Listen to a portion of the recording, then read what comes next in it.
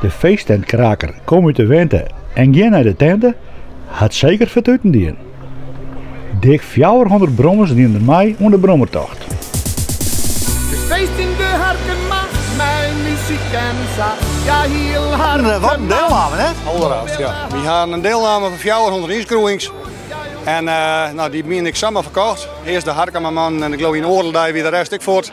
En daar rieden natuurlijk meer mee, die rieden even zwart mee. Nou goed, die nemen ook mee. Hindert niks. Ze komen groen om wij volgens mij. Ze komen oerlewij. Den oever, Koevoorden van Jannebing, die ben om 4 uur voortgang gehad om hier mee te doen. Dus ja, jongen, dus je had er heel wat voor om hier mee te rijden. Wat doet iemand helemaal uit een beetje om hier te brommen rijden? We hebben enkele jaren geleden mensen leren kennen uit Friesland op de camping. Zodoende dat we die als kennissen gehouden hebben. En zodoende dat we besmet zijn met het brommervirus. En dan komen we gezellig hier rijden.